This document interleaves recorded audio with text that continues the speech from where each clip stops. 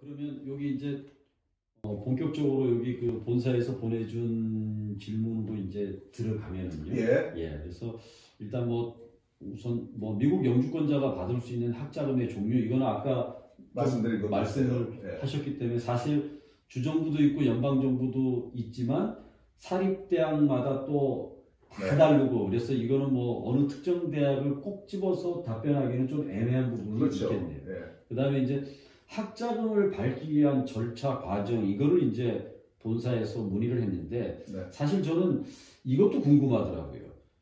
이게 그럼 과연 학자금 신청하고 이러는 거를 언제부터 준비를 해야 되느냐. 네.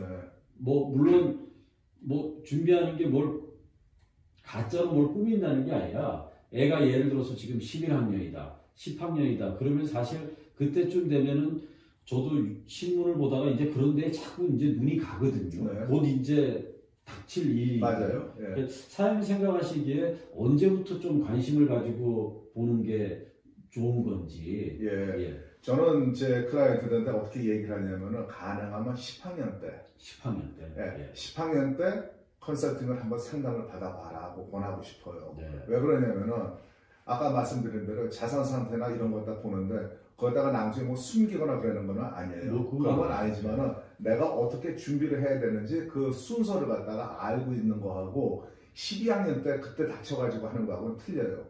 그러니까 내가 자동차를 하나 사려고 하더라도 어떤 옵션이 있는지 쭉 살펴보고 딜러 갖다 여러 군데 인터넷에서 쇼핑을 해보고 그러면 알 수가 있지만은 그렇지 않고 그냥 가가지고 중고차 갖다 살 경우는 우리가 S-EAS라고 그러잖아요.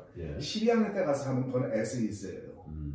그렇지만 그 전에 미리 준비를 하고 그러면은 별거 아닌 것 같지만 그거다 내가 머릿속에 갖고 있다면은 그게 이제 준비가 될 수 있는 과정이죠.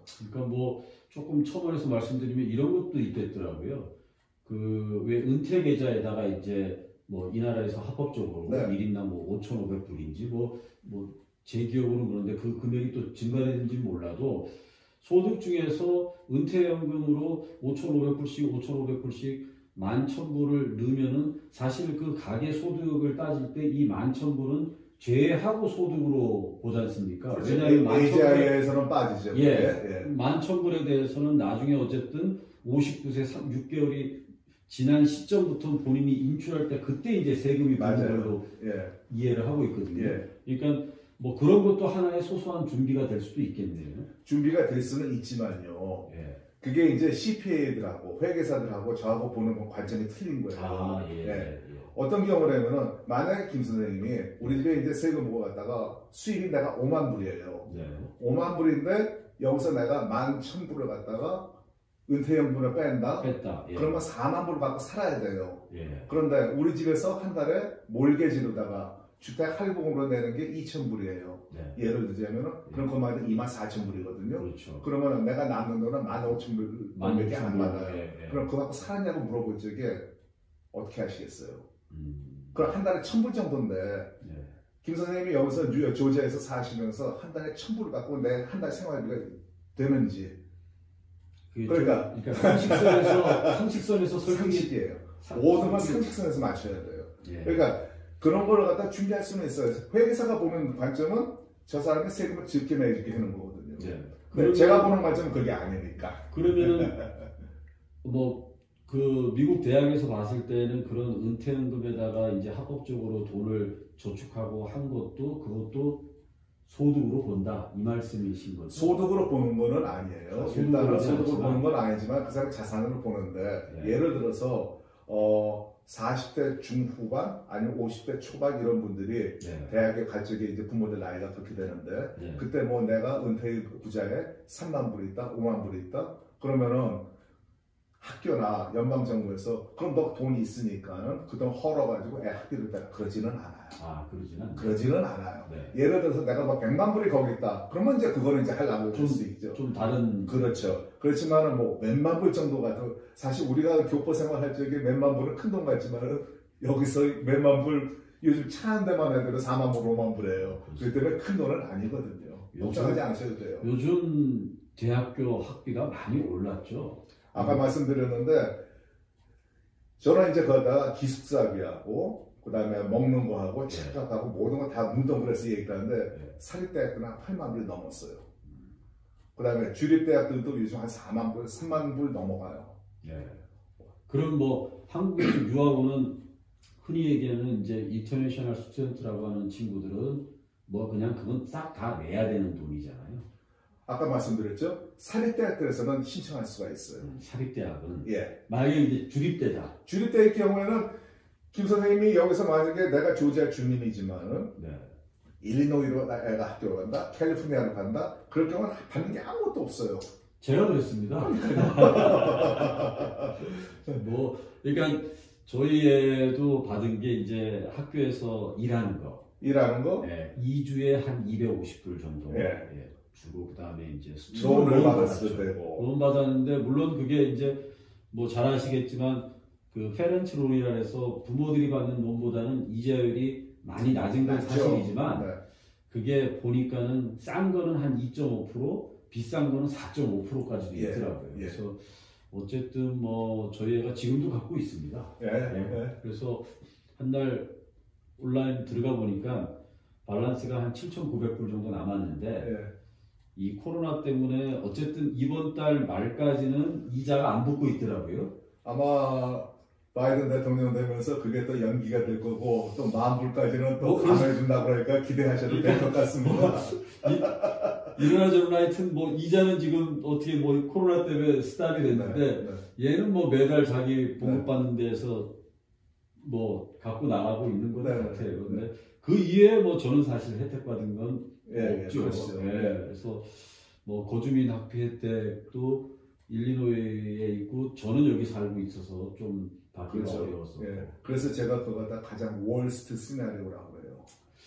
하여튼 뭐 이걸 보고 계신 분들도 잘 생각하셔야 됩니다. 맞아요. 뭐 누가 그러더라고요.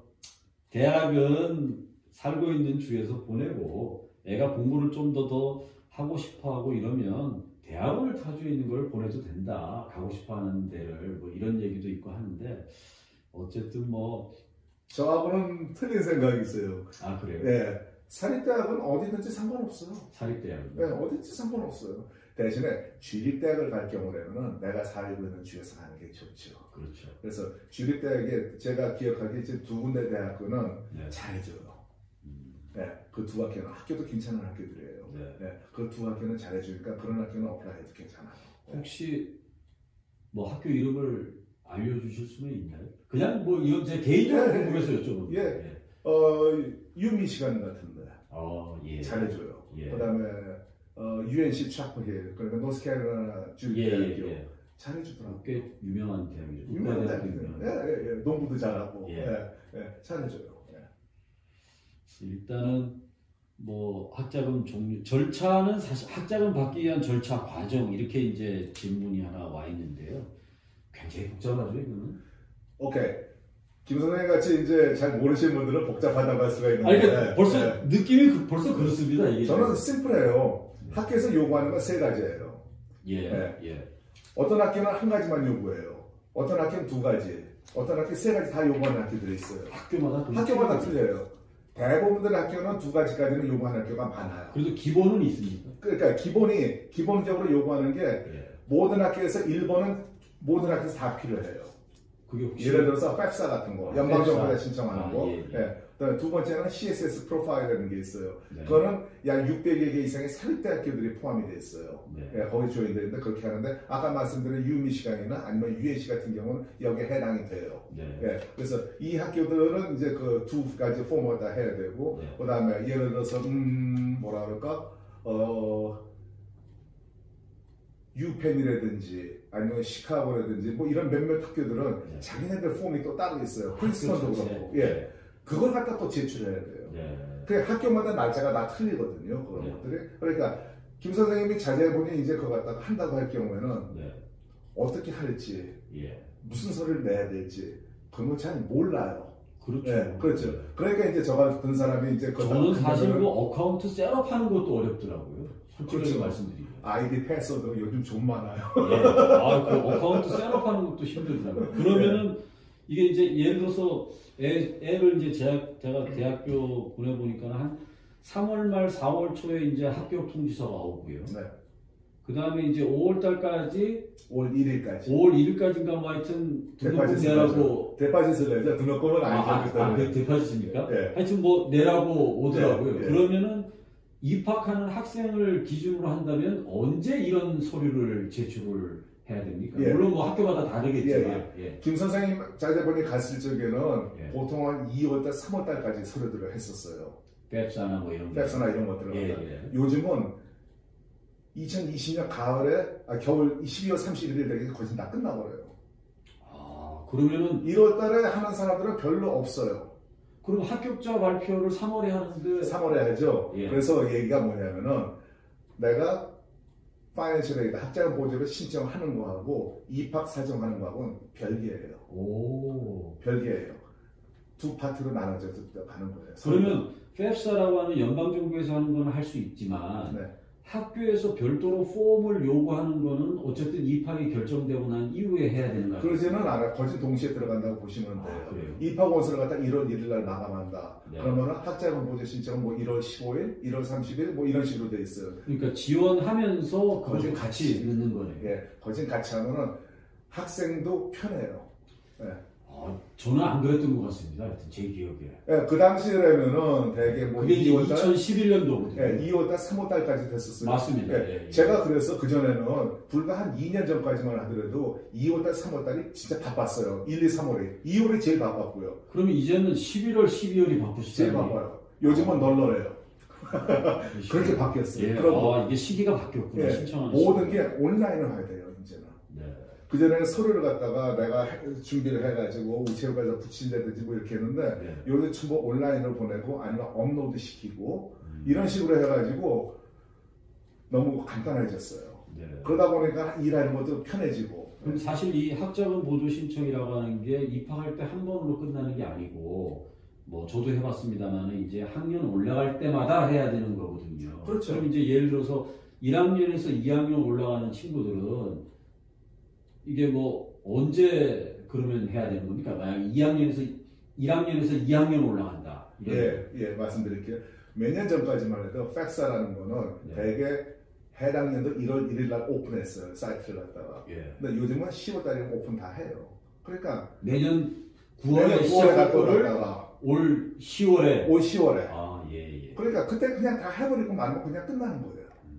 그러니까 이제는 그러고 세금 보고가 이제 가장 중요한데 예. 세금 보고가 중요한데 그게 만약에 예를 들어서 2021년 네. 2021년에 대학교 가는 애들 경우에 2020년 세금 보고가 아니고 2019년도 세금 보고거든요. 뭐 그럴 수밖에 없죠. 예, 그러니까 이게 다 끝난 거예요, 서류가. 왜냐하면 뭐 우리 손님들도 아시겠지만 내가 2020년도에 번 거를 개인은 다음 연도 4월 15일까지 세금 보고를 해야 되거든요. 근데 신청하는 시점이 12월이면 2020년에 번 거에 세금 보고서 자체가 없다 보니까 예. 2019년도 세금 보고를 기준으로 할 수밖에 없는 거예요. 그렇게 바꿨어요. 그러니까 이제 모든 게 빨라졌어요. 네. 물론 그렇다고 해가지고 늦게 했다고 해서 불이익을 받거나 그런 거는 없어요.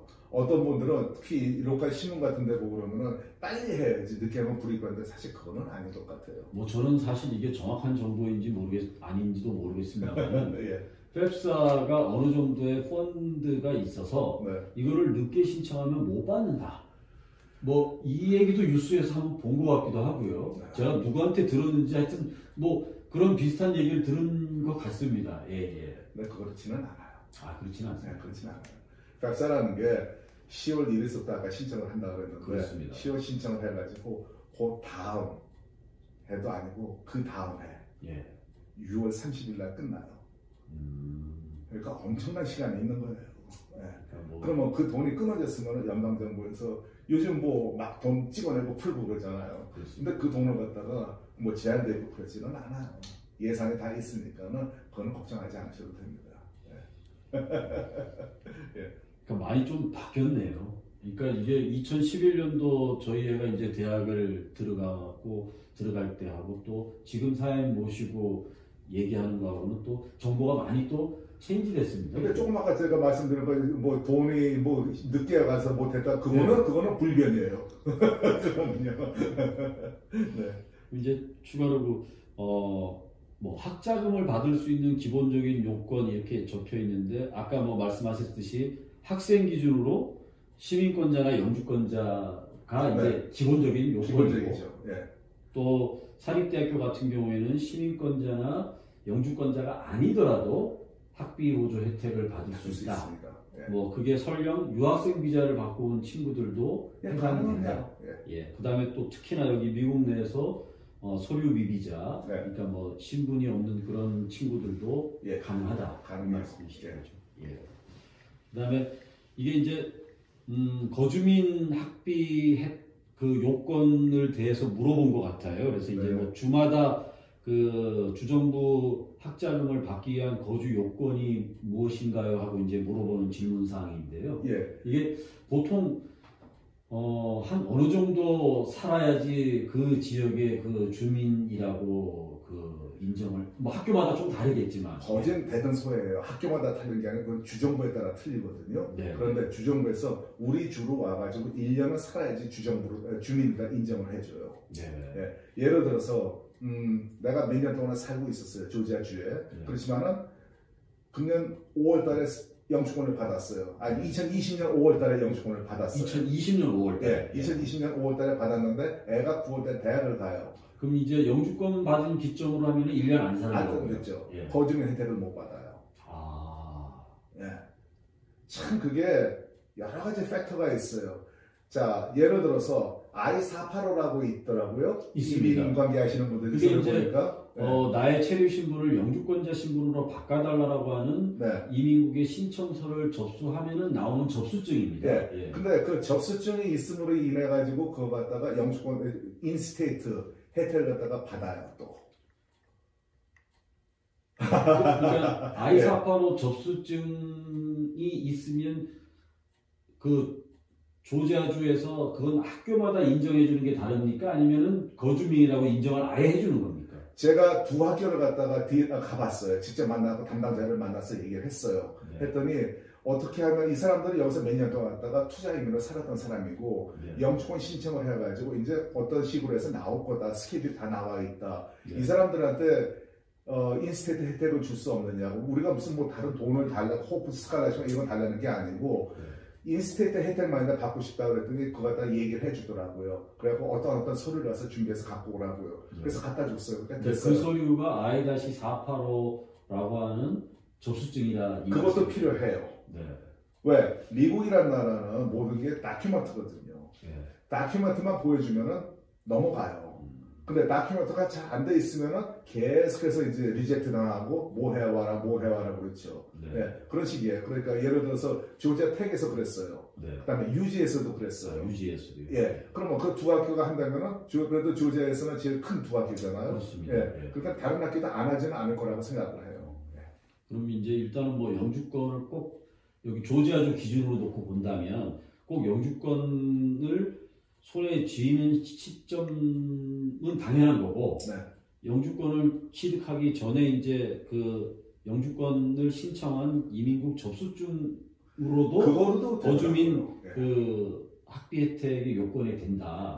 그럼 이제 과연 거주민 학비 혜택을 받는 거하고 안 받는 거하고의 학비 혜택 차이는 한 얼마 정도 되는 겁니까? 그러면은 지금 현재 뭐 정확한 금액은 아닐 거예요. 물론 뭐 그렇습니다. 요즘 조지아에서 주립대학에 수업료만 놓고 본다면은 한 10,000불 정도 할 겁니다. 1년에요. 그런데 아웃 오브 스테이트 경우는 25,000불 정도 하는 걸로 제가 기억을 해요. 아마 더 될 거예요. 저도 몇 년 전 기억인지는 모르겠는데 그러면 2배 반이에요. 그렇죠? 기숙사비하고 먹는 거 하고는 똑같아요.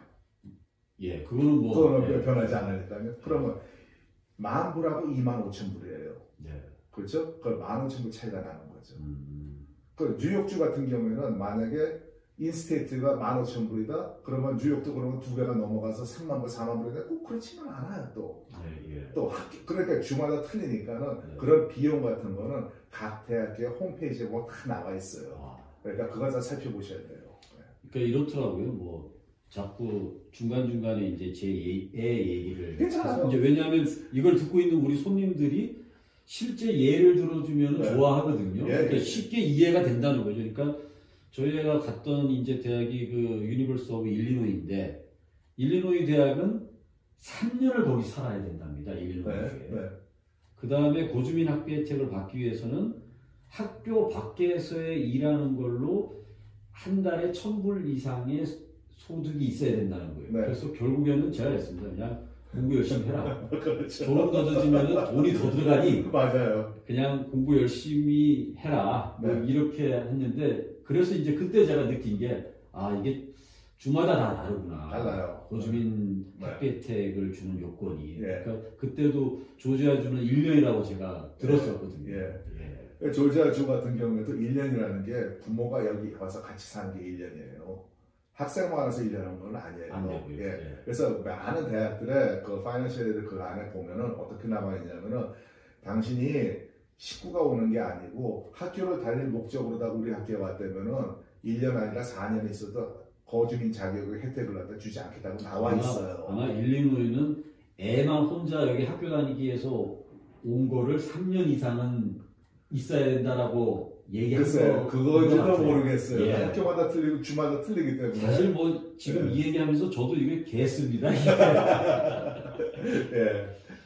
그래서 어쨌든 하여튼 뭐 오늘 그 주제 일을 해서 이제 나만 모르는 미국 대학의 학비 혜택 이제 이런 주제를 가지고 한번 말씀을 나눠봤습니다. 하여튼 고맙습니다. 그래서 제가 이제 마지막으로 한마디 드리고 싶은 거는 이렇게 생각하시면 돼요. 미국의 아까 자산 상태 아니면은 부모의 소득이라고 얘기했는데 부모의 소득이 일반적으로다가 아버지 엄마가 있고 그다음에 뭐 월급을 받는다든지 아니면 스몰 비즈니스를 한다든지 할 경우에 우리가 세금을 갖다가 10만 불 정도 한다. 그러면은 연방정부에서 뭐라고 계산을 하냐면은 너네 집에서는 2만 불에서 2만 5천 불 여러 가지 팩터가 좀 달라지는데 그래서 2만에서 2만 5천 불 정도는 너네 집에서 부담을 하라고만 해요.